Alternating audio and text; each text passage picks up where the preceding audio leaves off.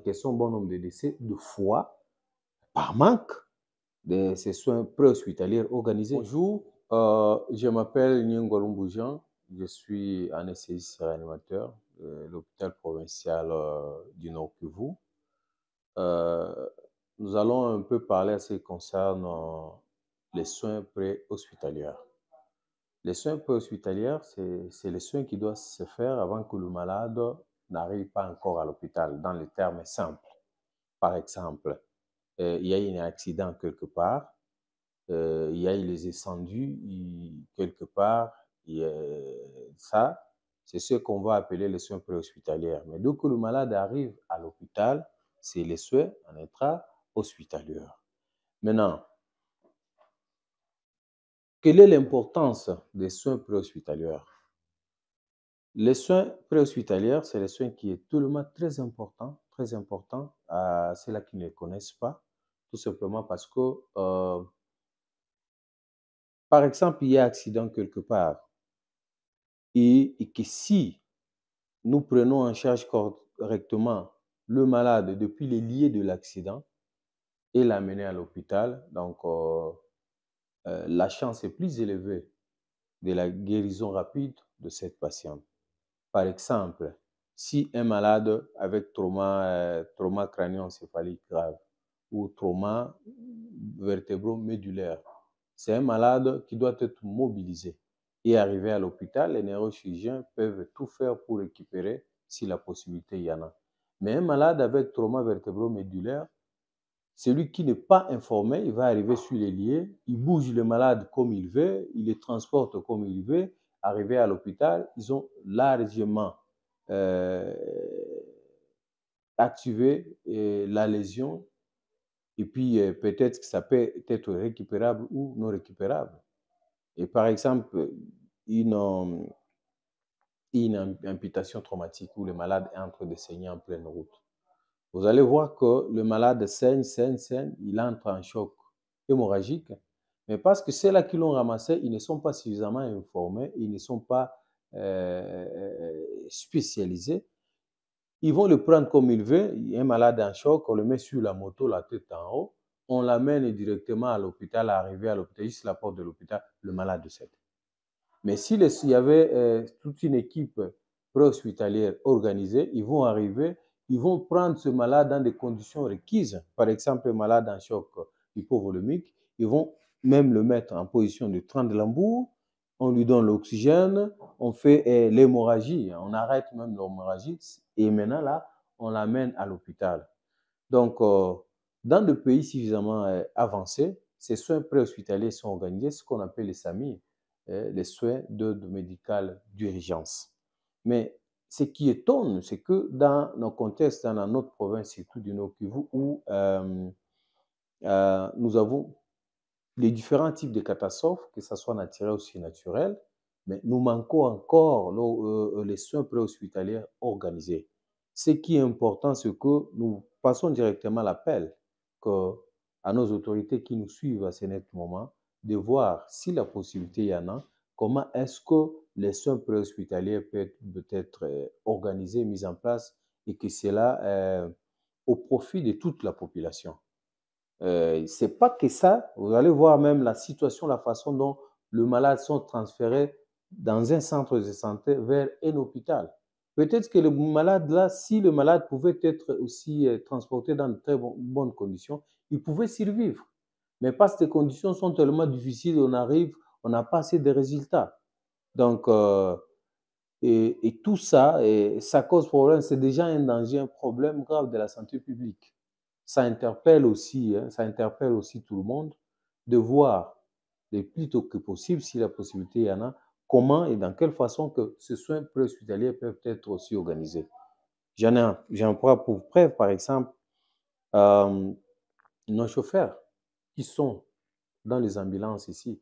Vous allez demander, si nous pouvons chercher les évidences, une étude, vous allez vous rendre compte que quelqu'un est 10 ans en train de conduire le véhicule comme ambulance, mais il n'a jamais réussi aucune formation. Et que cette situation-là, ce n'est pas seulement au niveau de la province du Nord Kivu, c'est toute l'étendue de la République démocratique du Congo. Et je mets quiconque en défi. Et Euh, Pas seulement les ambulanciers, et même aussi certains personnels, parce que les soins préhospitaliers, c'est les soins spécifiques. Il faut qu'il y ait une formation plus appropriée par rapport à ça.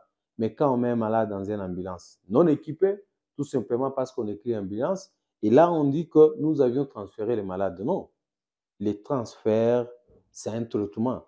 Et quand est-ce qu'on va parler un transfert, c'est un traitement? C'est quand nous avions fait les transferts de malades d'une manière sécurisée. Et c'est ça. Mais on prend un véhicule, il n'y a rien, on met, et la famille, on met, même le personnel soignant, le pauvre là, on amène vers la destination. Ça, ce n'est plus encore le transfert des malades. Ça, c'est se débarrasser de ces malades. Parce que si on les garde encore ici, il va mourir sur place, on aura des problèmes. Ce n'est pas ça l'objectif. L'objectif est de transférer les malades pour qu'ils continuent avec d'autres soins spécialisés. Mais pour qu'ils bénéficient des soins spécialisés dans l'hôpital où vous allez les référer, nous devons d'abord sécuriser d'abord son transport pour dire que les ambulanciens doivent être formés, les personnels soignants aussi doivent être formés par rapport à ce qu'on appelle les soins préhospitaliers. Ce n'est pas seulement le personnel soignant, voire même la population. Parce qu'ailleurs, vous allez trouver que partout, hein, dans le coin, les rues, les boulevards, les restes, vous avez les défibrillateurs cardiaques externes. Et que la population a la possibilité, il sait manier le défibrillateur cardiaque externe. Mais à notre niveau, nous sommes encore à un niveau où même les personnels soignants n'est pas capable de manier ces défibrillateurs cardiaques externes. Quelqu'un peut tomber brutalement là, sur la route, et là, dans d'autres pays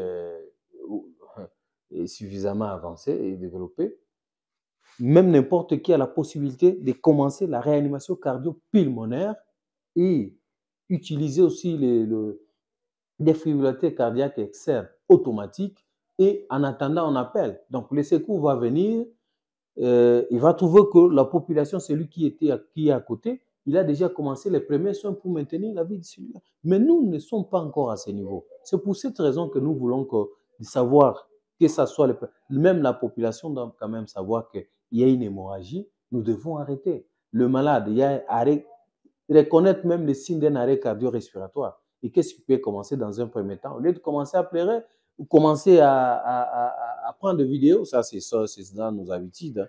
Tout ce qui est là, on prend des vidéos. Même vous allez voir quelqu'un qui est en train de noyer, au lieu de chercher à le secourir, on cherche seulement des vidéos. Formons aussi la population par rapport à quelques techniques d'urgence qui sauvent, bien sûr, que si ceci arrive dans ma maison, sur la route, je vais commencer par ça en attendant que les secours arrivent. Alors, ça serait une bonne chose. Non, mais il y a une maison telle, il y a une maison qui vient de brûler, nous avons de brûler là-bas, mais comment est-ce que je peux faire en attendant que l'équipe est suffisamment spécialisée, formée avec le matériel nécessaire arrive, qu'est-ce que je peux commencer comme les premiers soins? Il y en a. Mais nous sommes encore dans une situation où l'enfant fait une convulsion, et la maman va mettre son enfant sous le lit et il le décide.